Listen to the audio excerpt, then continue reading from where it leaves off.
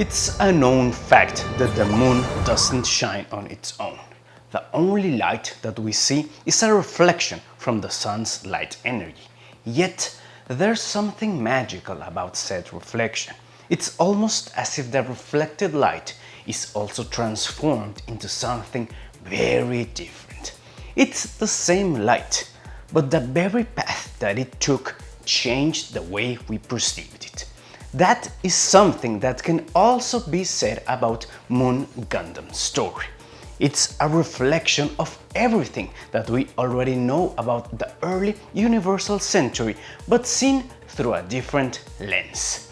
Instead of Tomino's harsh, always forward-moving and trailblazing type of stories, we now have Fukui's soft but meticulously crafted and tightly knit stories.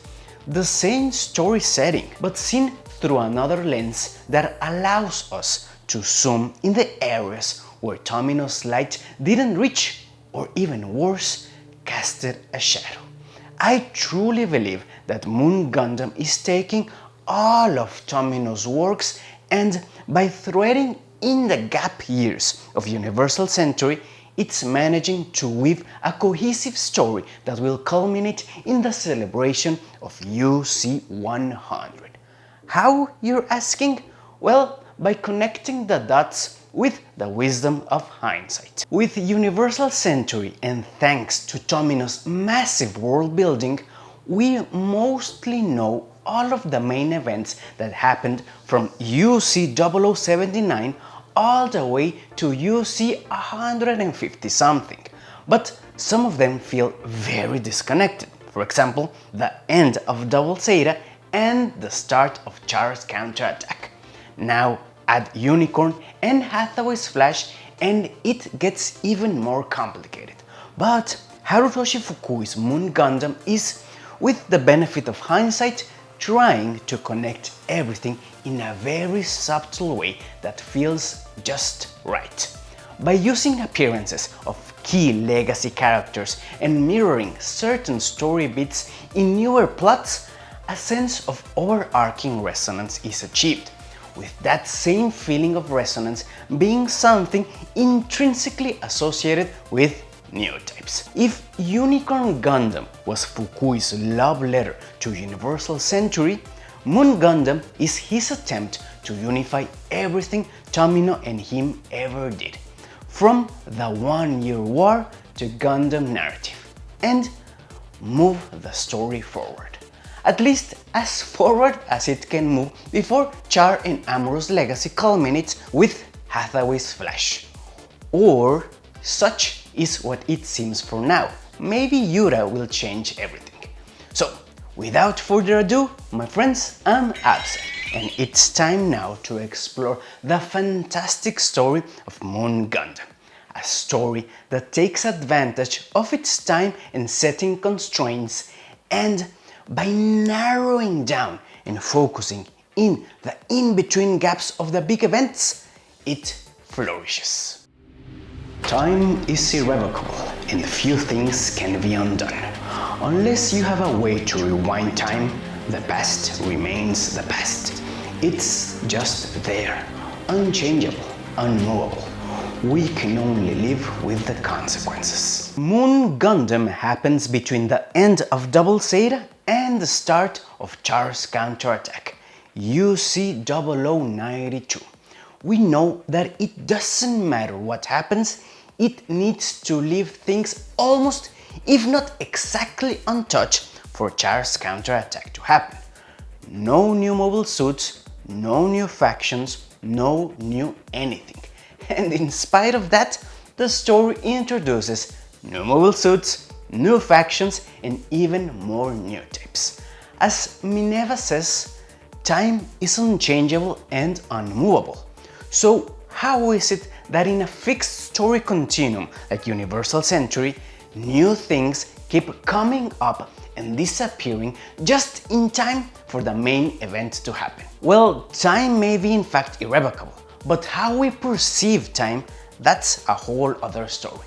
We don't have to be new types to reframe time and shine a new light to bygone eras. By using older characters like the grandfather of protagonist Yuta Kasim, the author freely explores past eras that range from the beginning of UC, something that was dwelt a little bit more in Gundam Unicorn, to the 1-year war and the Grips conflict. This also means that we get to experience another facet or perspective of those times through the eyes of other characters, like Pilot Sapphira, who has a very deep connection to the first Neo-Zeon war, even though she was only a civilian at that time. Or the aforementioned Yuta's grandfather, who knew Zeon Sun Daikon since before the insurrection. And taking things even further, by looking into the lives of certain persons of certain factions that, in all honesty, had to be doing something in those years, Fukui retroactively plants story seeds that give other stories much more depth and a sense of connection that maybe was not so well developed before. I'll talk about them a little bit later, so don't worry, right now I won't spoil anything. In our world, specifically in comic book terms, this type of storytelling technique is called a retcon or retroactive continuity. It's probably a given that in order for a new plot to be accepted into the Universal Century, it has to be a fresh story that at the same time doesn't disturb any of the other events told by Tomino. So, in order to do that, you need to look in between the gaps of the events and use whatever story seed there is and reframe it to add something more. That's how Stardust Memory and Twilight Axis exist. That's also exactly how Gundam Unicorn and the whole Laplace incident happened.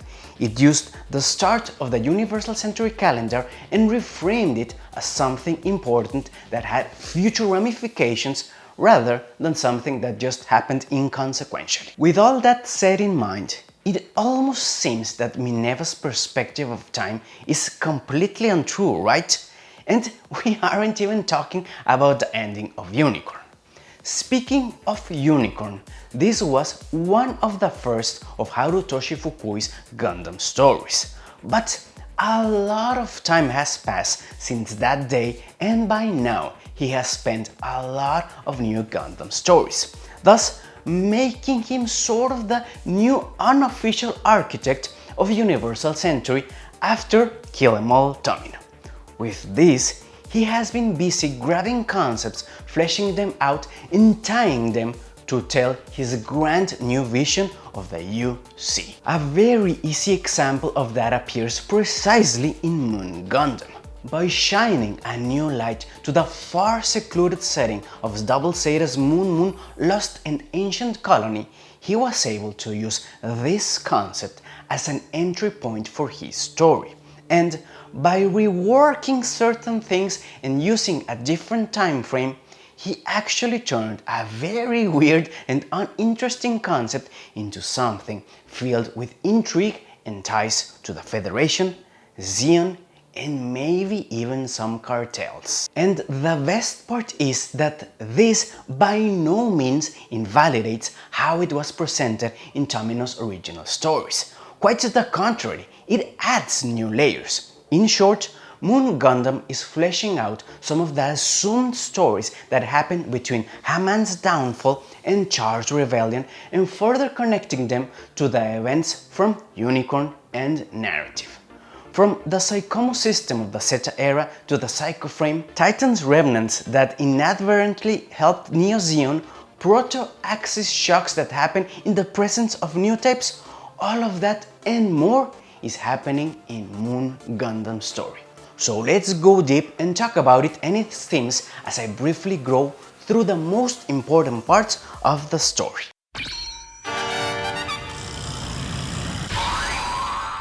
The opening pages greet us with some boys moving through what seems to be an ancient temple, which, if you think about it for a minute, makes no real sense.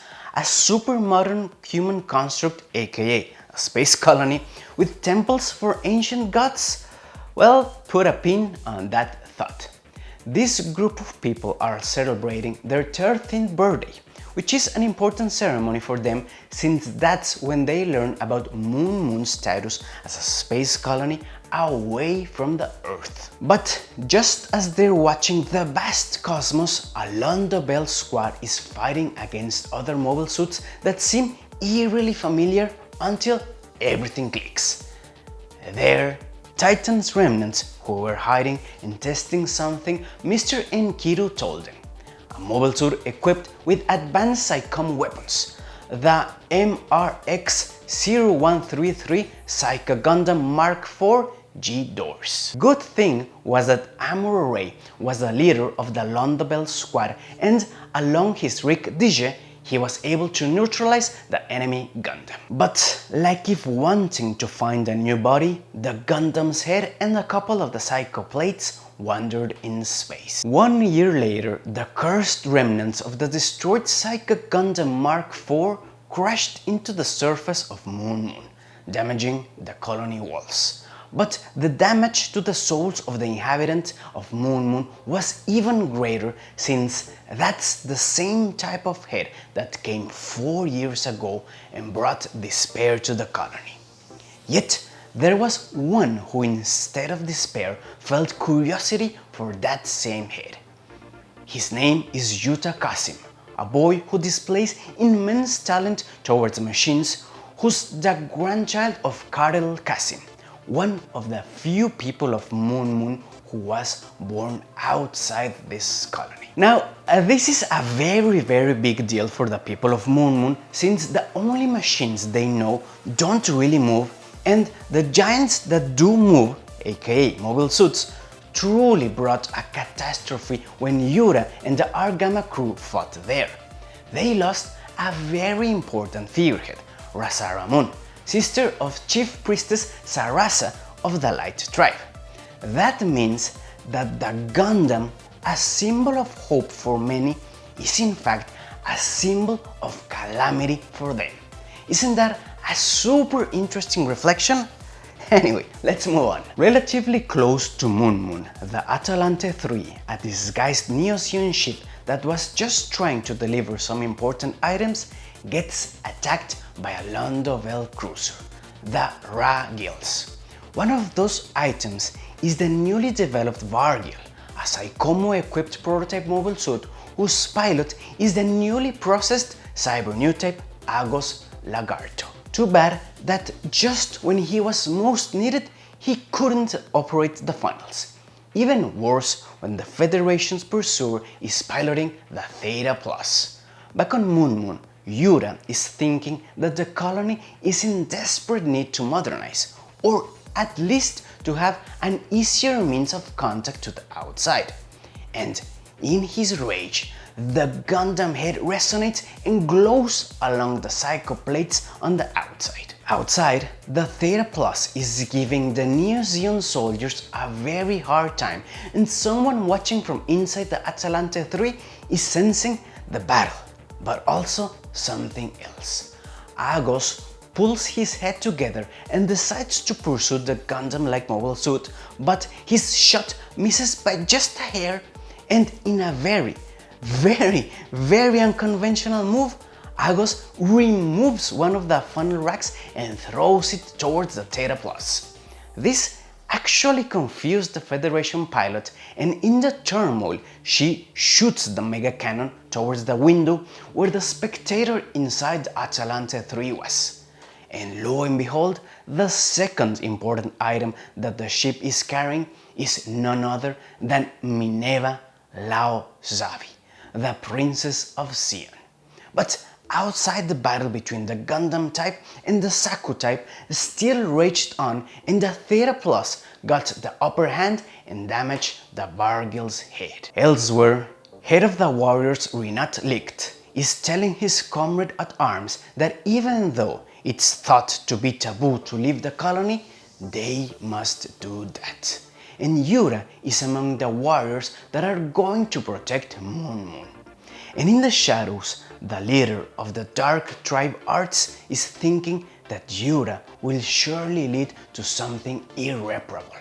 A boy who is marveled by the machines and who is also able to synchronize with them.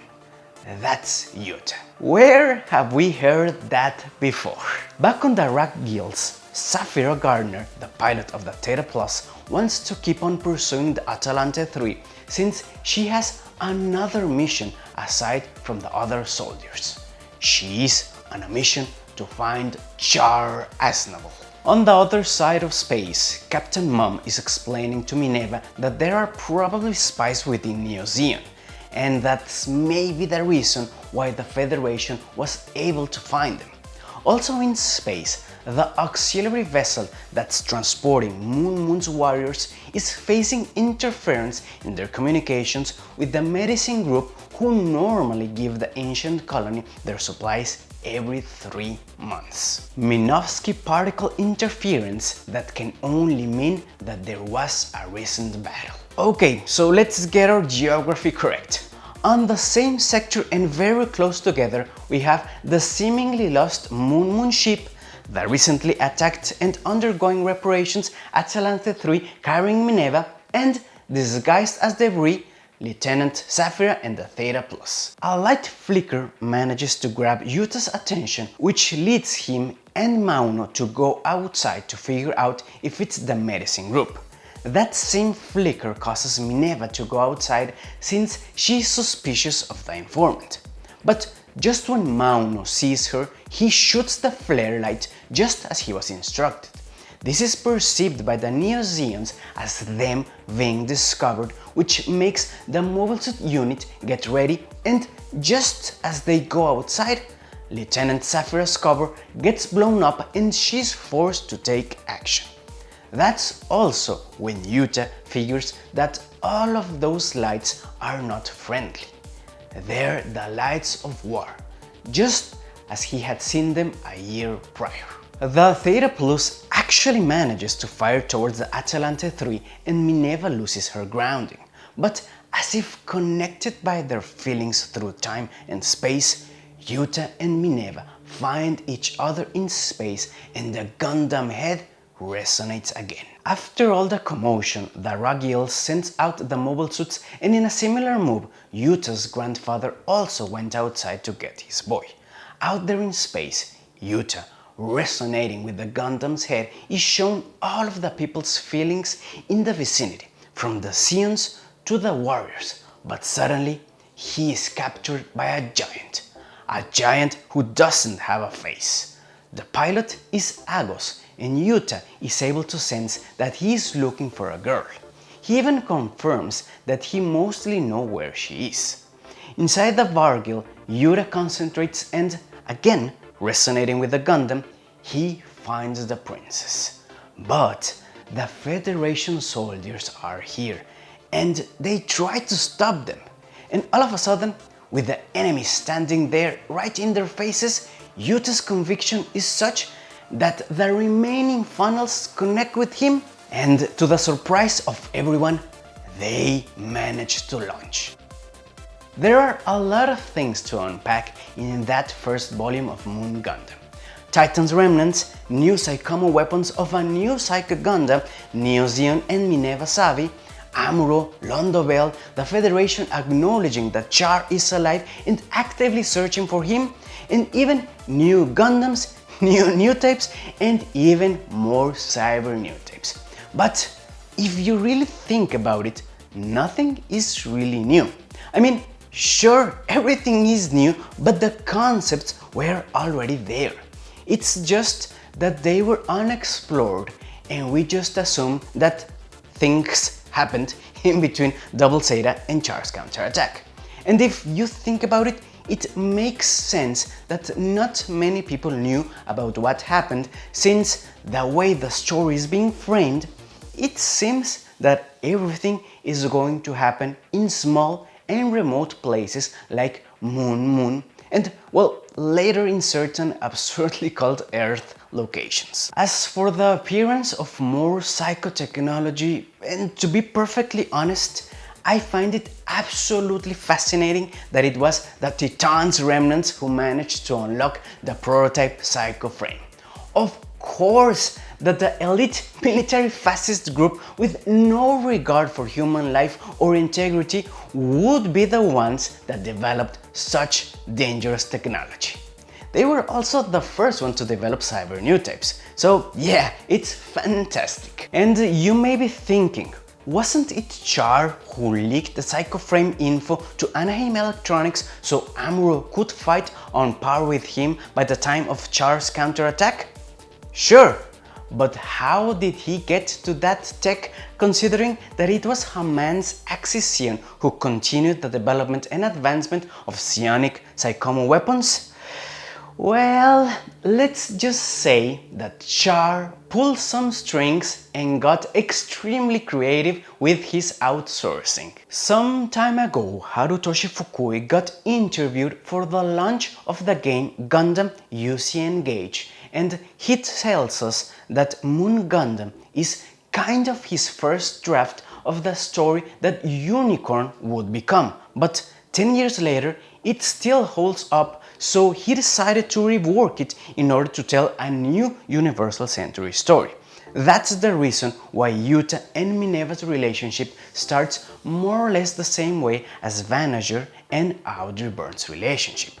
But something super interesting that Unicorn was unable to do that Moon Gundam can do is show in a more active way what Amuro and Char are doing.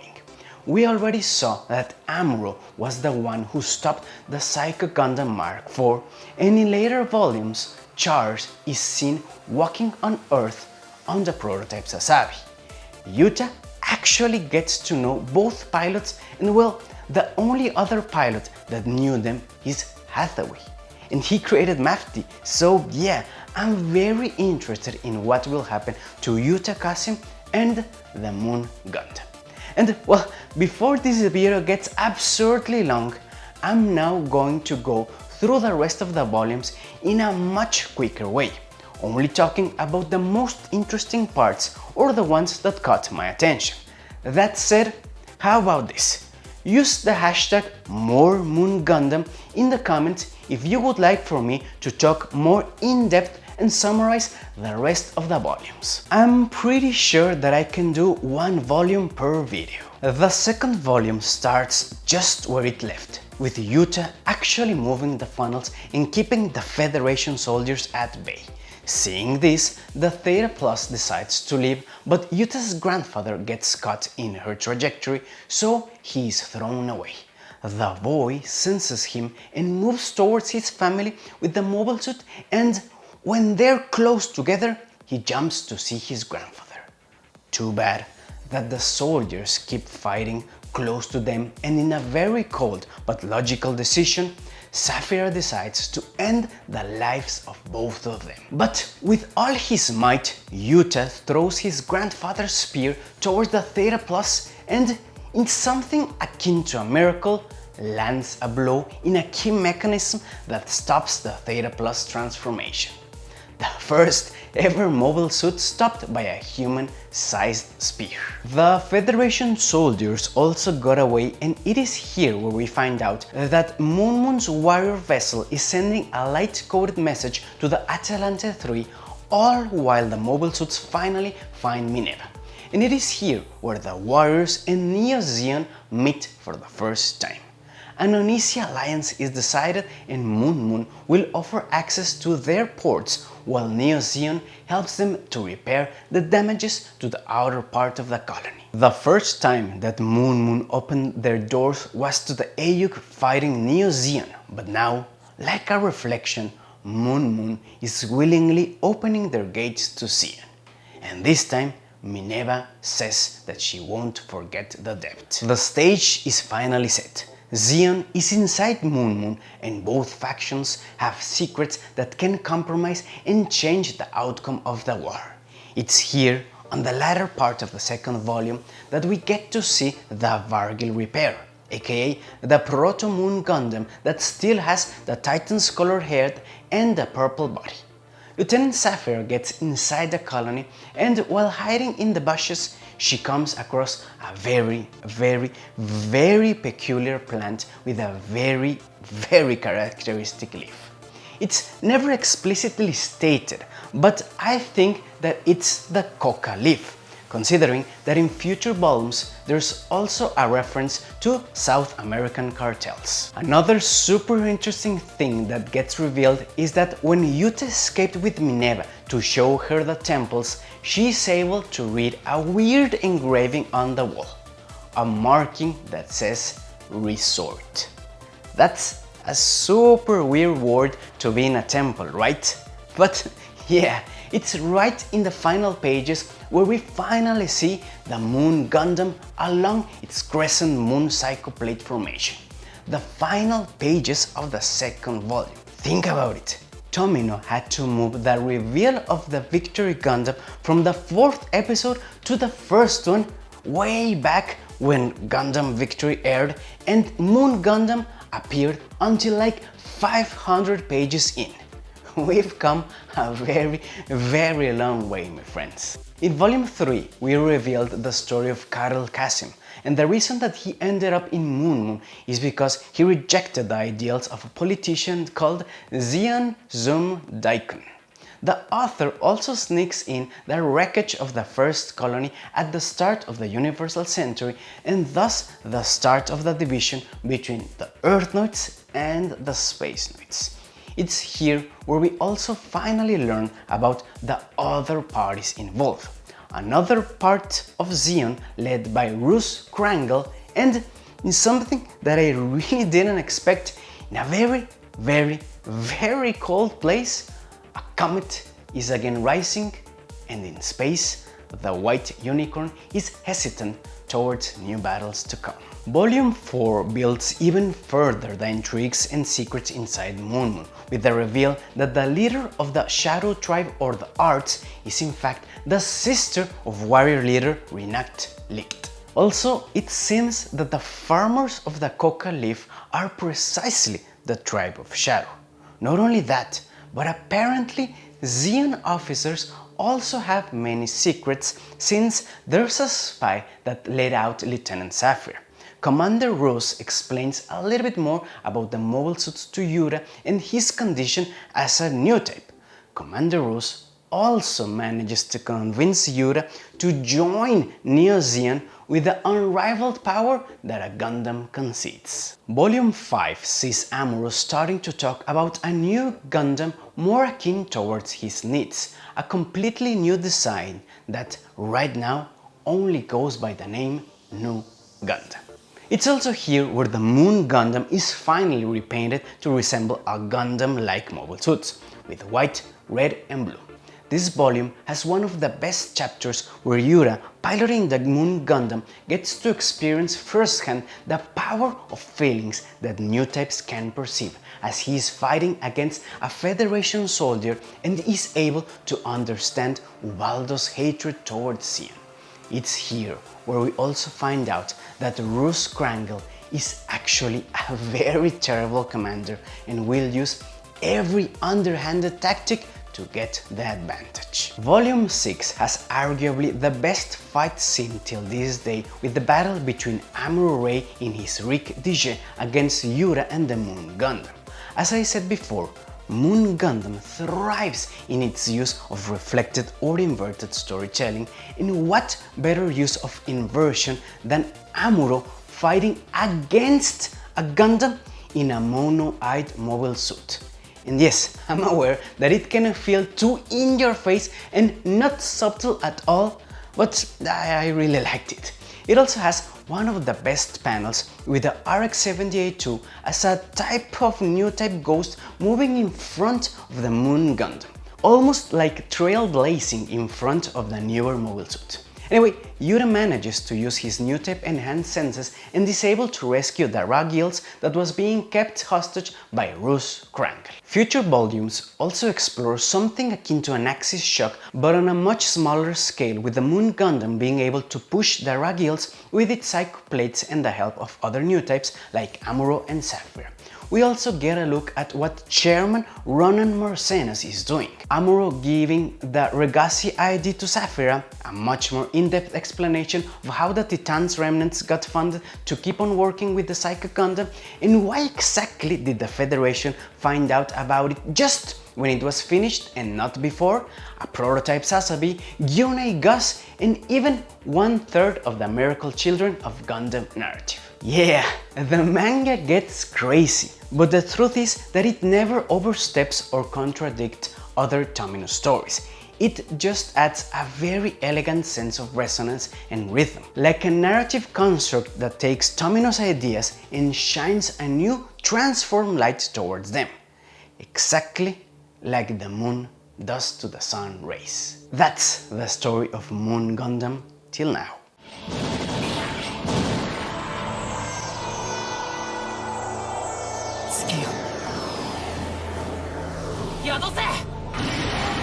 In a very long-winded explanation, Moon Gundam is fleshing out some of the assumed stories that happened in between Haman's downfall and Char's rebellion, linking the never mentioned but definitely existing Titan's remnants with the newly forming and desperate for better mobile suits Neo Zeon of Char, which led to the rapid advancement of psychoframe technology, which led to the Axis shock, which led to the creation of the RX-01 unicorn. We can even say that Harutoshi Fukui is actually telling us trivial stories that happened in between the gaps of Double Zeta, Char's Counterattack, and Hathaway's Flash. By filling the gaps with additional information, Universal Century gains a lot of history and new layers of depth to that fictional world. And, well, when I say trivial, I am actually saying isolated. What do I mean by that? Well, Gundam Unicorn and narrative happened merely 3 to 4 years after Char's Counterattack and less than a decade before Hathaway's Flash. Let me rephrase that to give a little bit more context. A new Neo Zeon, a literal Char clone, a failed Char clone, multiple full Psycho Frame mobile suits, and Neo Zeon appeared. The savvy heir of Zeon finally showed her face and accepted her heritage, and as relevant or important as those things may seem, Hathaway still needed the Xi Gundam and Mafti in UC-105. So everything that I said before needed to disappear without leaving a trace, aka become almost irrelevant for future stories. But that doesn't mean that they're not important nor interesting. Quite the opposite if you ask me. By fleshing out the gaps between Tomino's main events and using those same moments in time to interweave new stories, we get to experience a fuller and much more interconnected Universal Century. Will it change anything? Absolutely not. It doesn't matter what happens in Moon Gundam, spoiler alert, Char will still throw Axis towards Earth.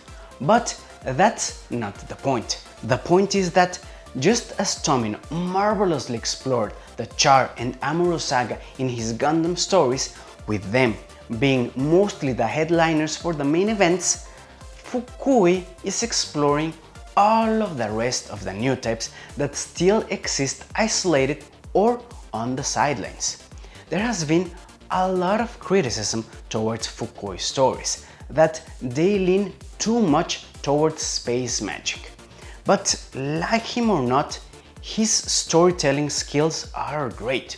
He has woven a lot of cohesive new Gundam plots just by grabbing many of Tomino's ideas that stood there dangling or untouched. Can you imagine a world without the unicorn's full Psycho Frame inner structure? Me neither, and I don't even like that mobile suit. And that mecha is the result of taking to the extreme the idea of the Psycho Frame introduced in Char's Counterattack. And how do we go from the biosensor and Psychomo system from the Zeta era to the Psycho Frame? Well, that's exactly what's happening in Moon Gundam. Anyway, I really like where the story of Moon Gundam is going, even though I already know that it will definitely end just before Char's Counterattack. Please Leave in the comments whatever doubt or opinion you have about the manga, and also use the hashtag #MoonGundam if you want me to tackle the rest of the volumes. Huge thanks to Zeonic Scans who is making possible for us Westerners with no Japanese skills to read the story. I'll leave the socials in the description, and as you may or may not know, my name is Absa, and we can continue the conversation over at Twitter, where you can follow me at Absolanicas, and on Instagram, where I post pictures of my figures, my cats, and sometimes even myself. And till next time, always remember that in fiction lies power, so let's use it to forge a new type of story, our hero's journey.